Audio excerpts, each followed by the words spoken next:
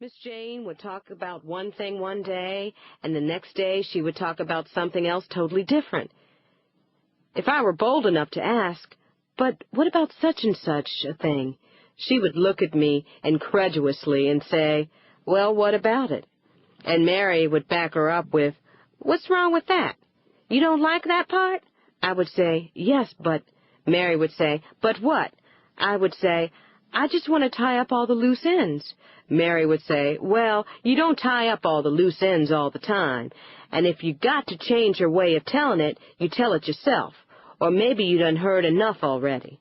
Then both of them would look at me as if I had come into the room without knocking. "Take what she say and be satisfied," Mary would say. I could not possibly put down on paper everything that Miss Jane and the others said on the tape during those 8 or 9 months. Much of it was too repetitious and did not follow a single direction.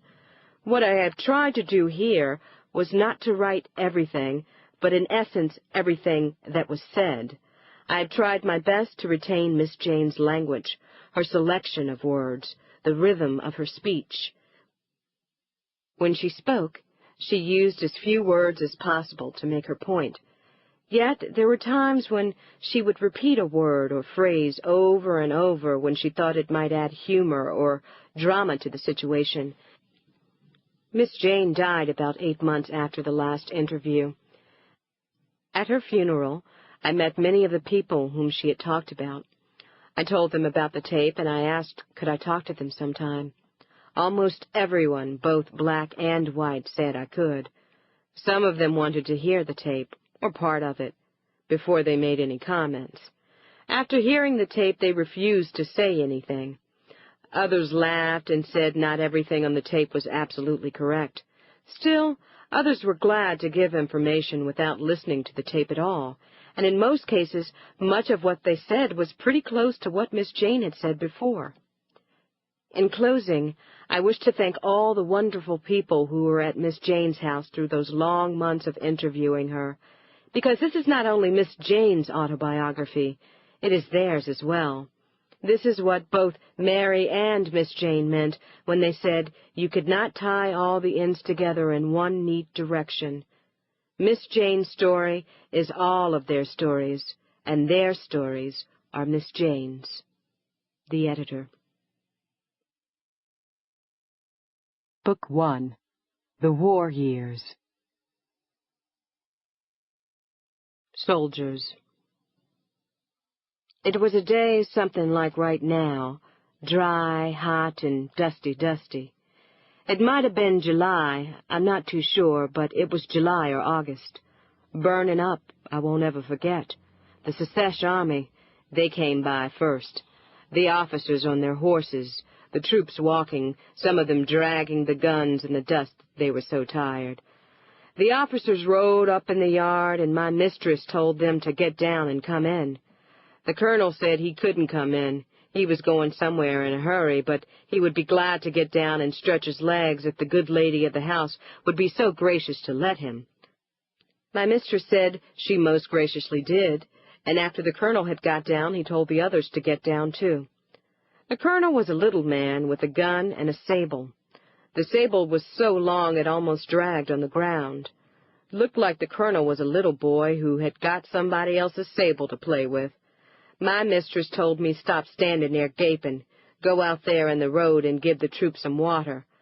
I had the water in a barrel under one of the China ball trees. We knowed the soldiers was coming that way. We had heard the gunfire the day before, and somebody had already passed the house and told us if the soldiers came by, be prepared to help in every way we could. So they had put me to hauling the water. All morning long I hauled water to that barrel. Now I had to haul the water out the barrel to the troops out in the road. Buckets after buckets after buckets. I can't remember how many buckets I hauled. The troops were so tired and ragged they didn't even see me. They took the gourd from me when I handed it to them, and that was all. After they had drunk, they just let it hang there in their hands, and I had to reach and get it so I could serve another one. But they didn't even see little old black me. They couldn't tell if I was white or black, a boy or a girl. They didn't even care what I was. One was just griping. He didn't look too much older than me, face just as dirty as it could be, just griping. Just left to me, I'd turn them niggers loose, just left to me. When I handed him the water, he held the gourd a long time before he drank. Then, after he had drunk, he let the gourd hang in his hand while he just sat there gazing down at the ground. But these were the same ones, mind you, who had told their people they wouldn't be late for supper. That was before, when the war was just getting started, when they thought fighting a war was nothing but another day's work. "Don't put my food up," they said. "Don't put it up and don't give it away. I'm going to kill me up a few Yankees and I'm coming right on back home." Who they think they is trying to destruct us way of living? We the nobles, not them. God put us here to live the way we want to live. That's in the Bible. I have asked people to find that in the Bible for me, but no one's found it yet. And He put niggers here to see us live that way. That's in the Bible, too. John chapter so-and-so. Verse right now I forget. Now, here them Yankees want come and destruct what the good Lord done said we can have. Keep my supper warm, Mama. I'll be back before breakfast. These was the same ones griping out in the road right now. Before all of them had a chance to get some water, I looked up and saw another one coming down the road on a horse. He was hitting and kicking that horse fast as his arms and feet could move, hollering far as you could hear him. "Colonel, Colonel, they're coming! Colonel, they're coming!" He went right by us, but the troops were so tired, some of them didn't even raise their head. Some of them even laid down on the ground when he went by. "How far?" the colonel asked him. "I don't know for sure," he said. "Maybe 3-4 miles back there. All I can see is that dust way up in the air." My mistress handed him 2 biscuits and a cup of water. He looked at that bread and water like he hadn't seen food or water in a long time, and he kept bowing and saying, "Thank you, ma'am. Thank you, ma'am. Thank you, ma'am." The colonel hit his boots together and kissed my mistress on the hand. Then he told the others to get on their horses. He hollered for them in the road to get on their feet, too. Some of them did like he said, but many of them just sat there gazing down at the ground. One of the officers had to come out in the road and call them to attention.